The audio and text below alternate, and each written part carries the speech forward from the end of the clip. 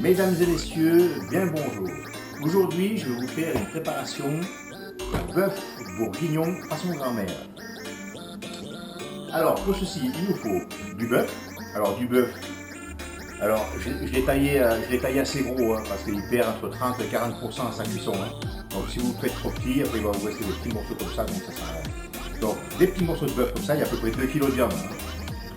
Du fond de veau, de l'ail, des oignons, du romarin, du thym, du laurier, du céleri branche que j'ai déjà découpé, des carottes, du concentré de tomate, de la tomate à pulpe. Alors j'ai pris une grosse boîte parce que je vais faire des tripes à la milanaise. Donc pourquoi j'ai pris une grosse boîte, mais sinon il ne faut pas grand chose. Une petite boîte c'est suffisant. Vous mettez à peu près un demi-litre de tomate, ça suffit. Alors ça, nous avons du vin rouge et puis c'est tout. Nous allons procéder à la préparation. Avant d'attaquer la préparation, vu qu'il est midi 10, un petit coup de blanc, ça fait pas de mal. Santé. Carottes. Alors les carottes, on les coupe en deux. On met la longueur, on coupe en 4.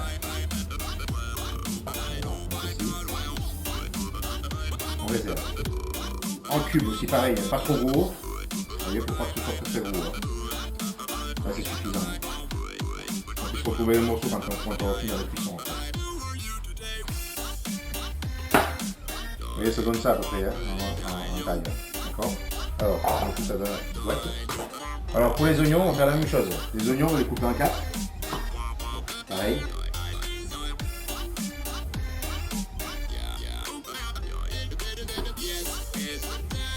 Et puis après en 3. On fait un 2, puis après en 3. Après, on peut mélanger. Moi, je mélange les deux. Je mélange les carottes et les oignons.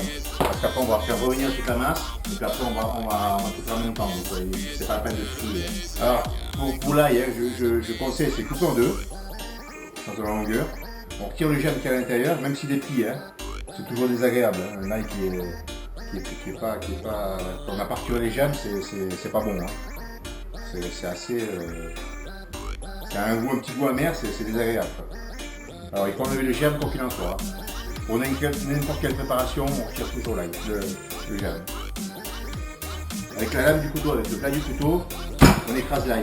Ça évite de faire du hachoir, il est assez gros. C'est suffisant comme ça. Après en cuisson, là il va disparaître, il va fondre et puis on ne verra plus dans la cuisson. Mais on aura le goût. Alors après j'avais fait déjà d'avance, j'avais fait le céleri branche. Je coupe un petit dé, pareil je mets avec l'ail, je mets avec les oignons et les carottes, je mets tout ensemble.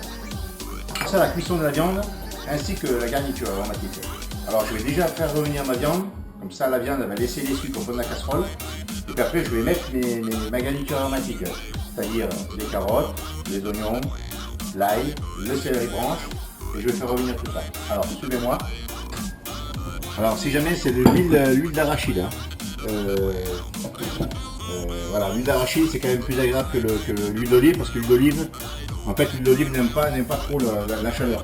Alors quand on fait quelque chose comme ça, on peut revenir des morceaux comme ça de viande, c'est plus agréable de mettre de l'huile d'arachide. Alors c'est pas la peine de mettre du beurre, ça ramènera rien du tout, et puis ça va brûler, donc ça sert à rien de mettre du beurre. Et surtout, vous n'oubliez pas, toujours se déshydrater. Déshydrater ou réhydrater? Non, n'oubliez pas de vous réhydrater parce que ça donne soif. Quand on cuisine, ça donne beaucoup soif. C'est pour ça que les cuisiniers boivent beaucoup. Alors, une fois que la viande est bien revenue, je la débarrasse dans ma petite stock, dans ma petite casserole à l'ancienne. Comme ça, je le remets dedans. Et puis après, je mettrai toute la garniture dedans avec la sauce, tout pour finir la cuisson. C'est mieux de cuire à la pompe. Alors si vous mettez trop de viande, ça va pas revenir, ça va bouillir et puis c'est pas bien quoi, c'est pas agréable. Alors vous mettez pas beaucoup de viande pour que ça soit bien coloré.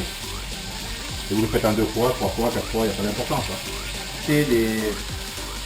Vous mettez des herbes comme ça dans une certaine cuisson où ça va très long. Vous savez, le romarin il perd toujours ses points. Ouais, ça perd tout seul, ça reste dedans. Il est pas un coup dans la sauce et puis dans la bouche c'est désagréable. Alors moi ce que je vous conseille, c'est que vous mettez le romarin ensemble, bien ensemble comme ça. Ça évite que ça coule partout. Et vous l'enrobez avec le reste, c'est-à-dire le thym. Vous l'enrobez comme ça avec le thym. Comme ça c'est parfait. Le laurier pareil, vous l'enrobez comme ça dedans. Et quand vous le ficelez tout en même temps, ça permet au pain du romarin de ne pas sortir, quoi. De ne pas se barrer depuis le bouquet aromatique. Le pain reste bien à l'intérieur. Ça c'est une petite astuce cuisinière. Je sais pas pourquoi, mais j'ai l'impression que ça commence à vous plaire. Je le sens, je l'entends. Bon, après on peut faire mariner la viande. Après on peut faire mariner la viande au vin rouge, 24 heures avant de la faire. Mais bon, c'est pas indispensable. Hein. C'est pas. N'oubliez pas. L'idéal aussi c'est de saler en même temps. Comme ça au fur et à mesure la viande est salée, puis quand elle est chaude, elle va à cœur. Pas trop de sel par contre, hein. Mettez pas beaucoup de sel, c'est juste pour dire que voilà. Au fur et à mesure on peut rajouter un petit peu de sel. Après oignons, carottes, céleri, ail, et hop, tout ça à la casserole. Voilà, comme ça quand on peut revenir la garniture aromatique dans la casserole, on récupère les sucres de la viande, il n'y a pas de perte, il n'y a rien du tout. Hein. Et après c'est mieux pour les légumes, comme ça il est un peu sucré, ça évite que ça fasse comme une soupe quand on les met directement sans les faire revenir. Ça fait comme une soupe et puis c'est dégueulasse après. Là ils sont revenus avec les sucres, ils sont bien secs, ils sont bien grillés, c'est des saveurs. Vous voyez déjà maintenant ça risque rien. Hein. Je ne vais plus la faire revenir. Donc, voilà.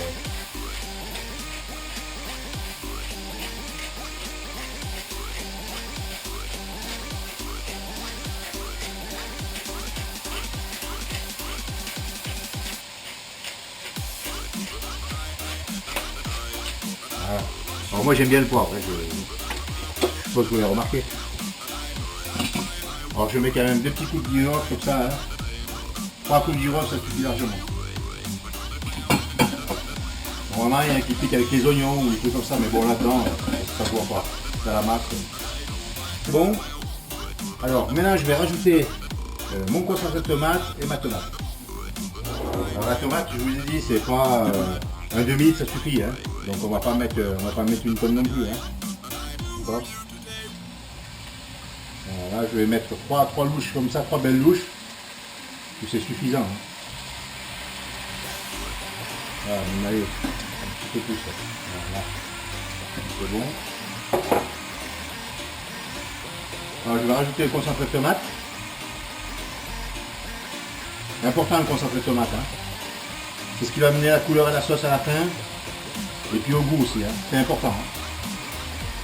Alors je mets toujours un petit coup de poivre parce que quand on laisse mijoter comme ça très longtemps et puis qu'il y a du gras dessus, le gras va incruster sur votre fourneau et puis ça va être compliqué à nettoyer. L'idéal c'est de passer juste un petit coup avant la longue cuisson. Voilà. Alors là je mets le bœuf à cœur. Hein. Et là il faut compter à peu près, ça dépend des morceaux, des fois il y a des morceaux qui sont tendres, mais c'est entre 1h30 et 2 heures de cuisson, puis doucement, petite, on fait mijoter gentiment. Hein. Et là on va mouiller à hauteur. Hein. On va préparer la masse.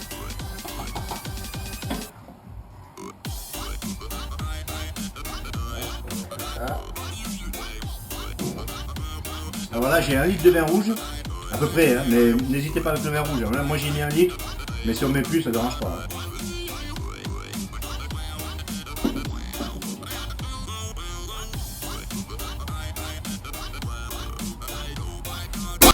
Alors là, j'ai mis à peu près 1 litre de vin rouge et puis 1,5 litre d'eau.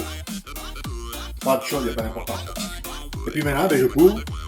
Ah non, j'ai pas oublié, le fameux bouquet garni. Hop, on met dedans. Alors je sale pas pour l'instant. Hein. Il y en a souvent qui mettent un peu de farine sur la viande pour lier un petit peu la viande. Mais la liaison, moi je préfère le faire à la fin. Comme ça permet à la viande de bien pomper le jus sans qu'il soit lié. C'est quand même meilleur. Alors voilà, maintenant c'est parti pour 1h30 de cuisson, voire 2 heures. Et puis on se retrouve après la cuisson. Bon appétit!